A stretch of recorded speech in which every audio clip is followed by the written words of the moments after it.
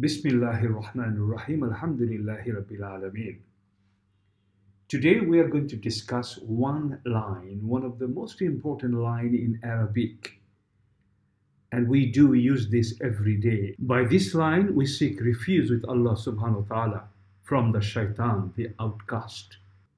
Let us do a simple analysis of this Arabic line, inshallah. A'udhu means I seek refuge, and billahi means with Allah. A'udhu, this word came from the root fi'l madi, which is a'adha. A'adha.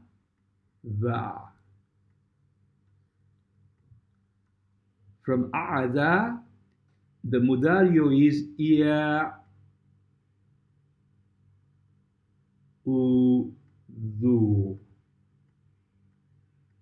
So that's mudario.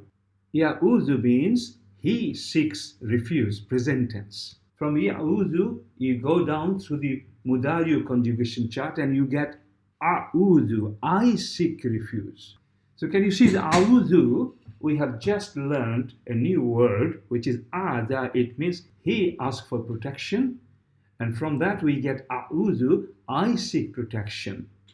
Let's go to the next word, billahi. B is harf-e-jar and Allahi is majroor. B is harf-e-jar and Allahi is jar majroor. Let's go to the next line. Minash shaytanir rajim. Min is a harf-e-jar and after min you get ash-shaytani.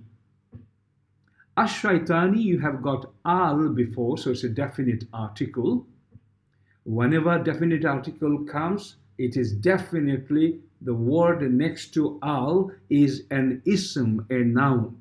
Min is a harf-e-jar and ash-shaytanu has become ash-shaytani. Because of the harf-e-jar, it has become now jar majroor state. Shaytani. Let's look at the word ash-shaytani. And the word after is ar-rajim. There is something happening here.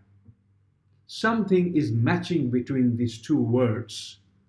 And if they match 4 criteria as we know, then they will be called mawsuf and sifa. Ash-shaytani and ar-rajimi, they are both nouns, ism. If they are both noun and match with these 4 criteria, GNTI rules, gender, number, type of noun, and irab, then they are called mawsuf sifa. Let's look at this. Shaitan and rajim, both these words are male in gender. They are also singular in number. So they are matching. Next thing is type of noun. Are they both definite noun or indefinite noun? But with al, they are both definite noun. And finally, irab. It means the last haraka of the noun. It means haraka of the last letter of the word.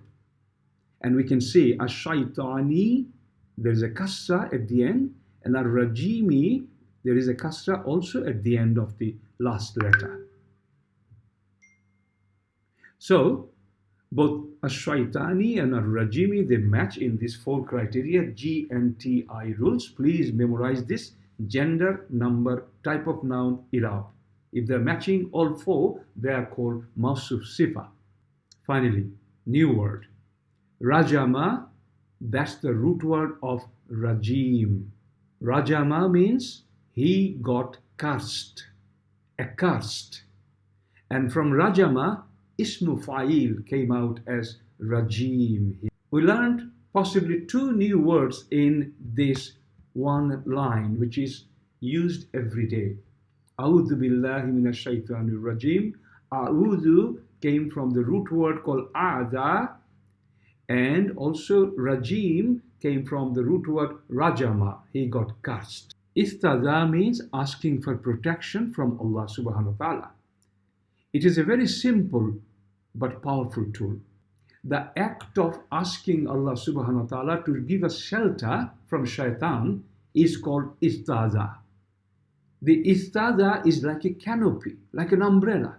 We walk under its shade to protect ourselves from excessive sun or rain. Similarly, we ask Allah subhanahu wa ta'ala to provide us this canopy to protect us from the harmful attacks of shaitan. There are four common use of istaza. A'udhu billahi minash shaitanir rajim. First one is when we recite the Quran. Second one is when we wake up from sleep, before we go to sleep, and finally when we become angry. These are the four common usage of istaza. Some other common ways of making istaza. Number one, just saying A'udhu billahi minash shaitanir rajim. Next, reciting Surah Falaq, and then also reciting Surah Nas. May Allah protect us all from shaitan, the cursed one. Amen.